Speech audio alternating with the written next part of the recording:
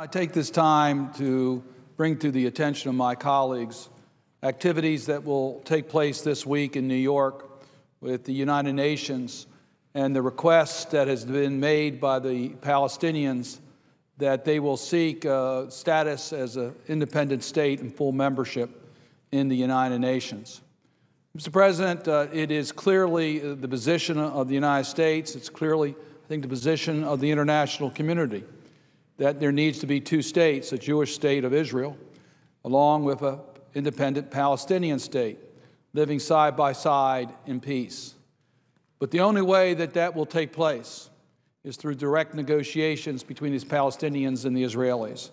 Prime Minister Netanyahu, the Prime Minister of Israel, was here in Washington and spoke before a joint session of Congress. And he laid out very clearly how peace in the Middle East needs to evolve by the recognition by the international community of the Jewish state of Israel and an independent Palestinian state through direct negotiations between the Palestinians and the Israelis. Israel has been one of our strongest allies.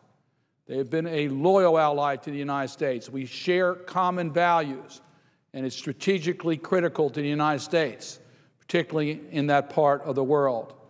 It is clear to all that the only way that we will achieve the two-state will be through direct negotiations between the Palestinians and the Israelis. The Palestinians have been reluctant for these direct negotiations, try to use intermediaries. They need to do it directly. Sit down with the Israelis, negotiate the issues. That's the way to move forward to accomplish their goal.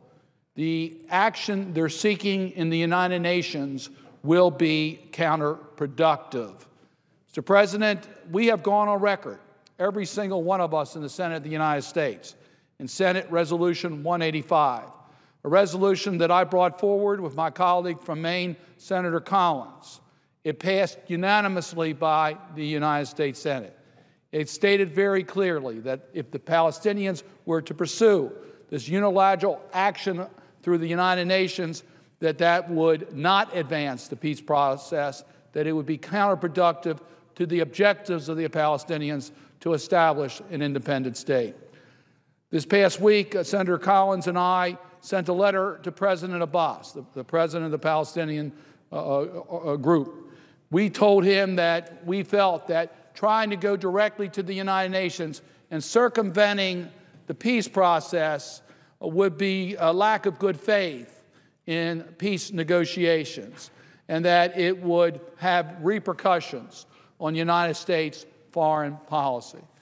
What we've been told by the Palestinians is that they're going to seek full membership as a state in the United Nations, going to the Security Council.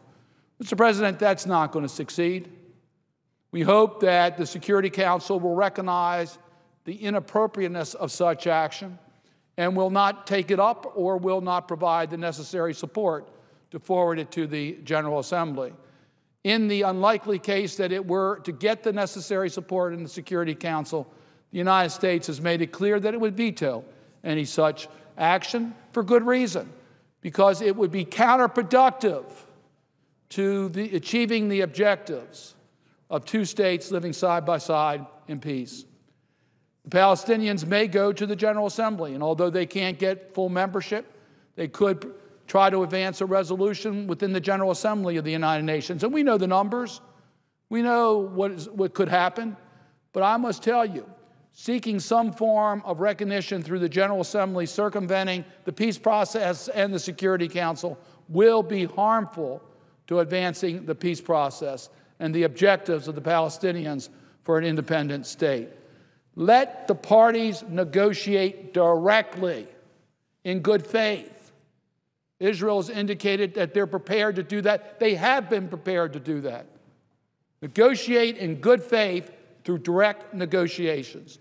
There are no shortcuts to achieving this, and moving through the United Nations will not achieve those objectives.